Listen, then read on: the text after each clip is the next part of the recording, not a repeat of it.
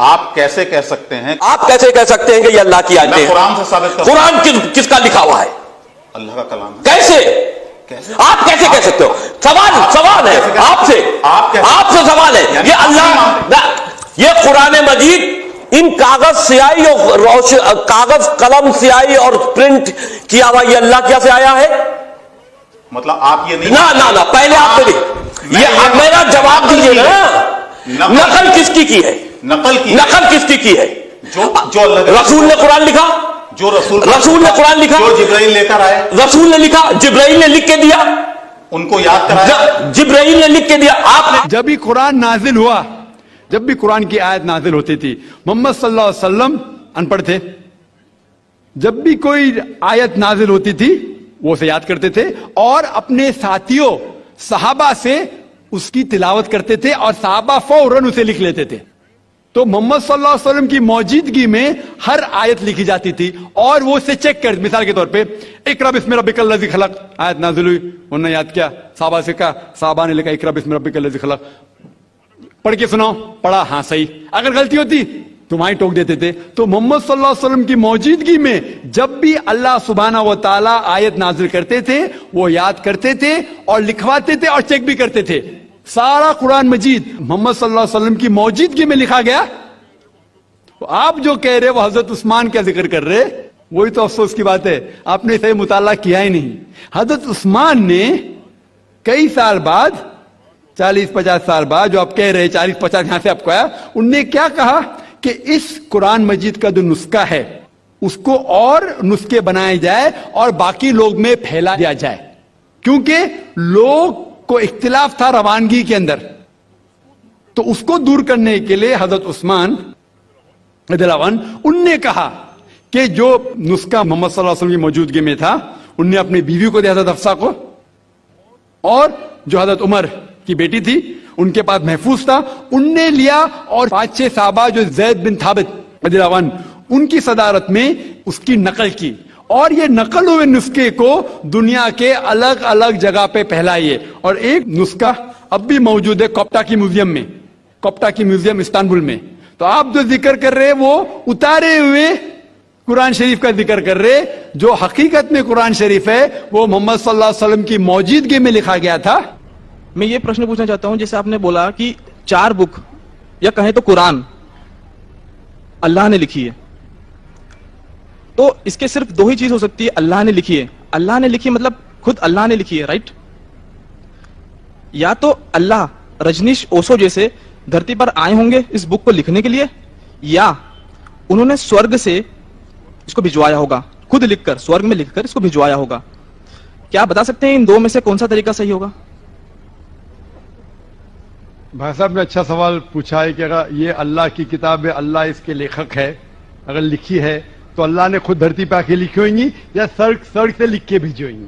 یہ آپ کا سوال بالکل بجا ہے، کیونکہ آپ کو اسلام کے بارے میں پورا علم نہیں ہے. جب ہم کہتے ہیں یہ اللہ کی کتاب ہے، کتاب کہتا ہوں، تو کتاب کے 2 معنی ہوتی ہے عربی میں. ایک ہوتا ہے بک، ایک ہوتا ہے وحی، جس کے معنی ریولیشن ہے. آپ سمجھے نا؟ کتاب کے 2 معنی ہوتے ہیں، کتاب مطلب بک اور کتاب مطلب وحی، انگریزی میں کہیں گے ریولیشن. تو میں جب کہتا ہوں کتاب، وہ وحی کی شکل میں کتاب بن چکی ہے. تو اس لیے میں نے کہا، جب میں کہہ رہا تھا 4 کتابوں میں ہمیں یقین ہے، توراہ، زبور، انجیل اور قرآن. توراہ وہ کتاب ہے جو اللہ نے نازل کی موسیٰ علیہ السلام پہ، یعنی وحی کے ذریعے. We believe in revelation. سو اللہ نے وحی کے ذریعے نازل کی اپنے پیغمبروں پہ. اللہ تعالیٰ کو کتاب لکھنے کے لیے خود آنے کی ضرورت ہی نہیں. اللہ تعالیٰ کیا کرتا ہے؟ اللہ تعالیٰ انسانوں میں سے ایک آدمی کو چنتا ہے اور اس کے ساتھ ایک ہائی لیول آف کمیونیکیشن کرتا ہے. اب سمجھے نا؟ مجھے آج کہنے کے لیے امریکہ جانے کی ضرورت تھوڑی ہے، فون پہ کہہ سکتا ہوں میرے بھائی سے. میں یہ نہیں کہنا چاہتا ہوں کہ اللہ تعالیٰ نے فون کے ذریعے قرآن نازل کیا، غلط نہ سمجھیے. فون تو ابھی آیا، اللہ تعالیٰ کا کمیونیکیشن فون سے ہے. ہم جب فون سے بات کر سکتے تو خود اللہ کو آنے کی ضرورت کیوں؟ مجھے اگر کچھ پیغام پہنچانے کے امریکہ خود جانے کی ضرورت ہے؟ فون پہ کہہ سکتا ہوں کہ نہیں، ای میل ہے، فیکس ہے. تو اسی اللہ تعالیٰ انسان سے کئی گنا کیا انسان سے کمپیئر نہیں کر سکتے. یہ کہنا بھی غلط ہے. اللہ تعالیٰ کا مقام ایک دوسرا مقام ہے. اللہ تعالیٰ نے وحی کے ذریعے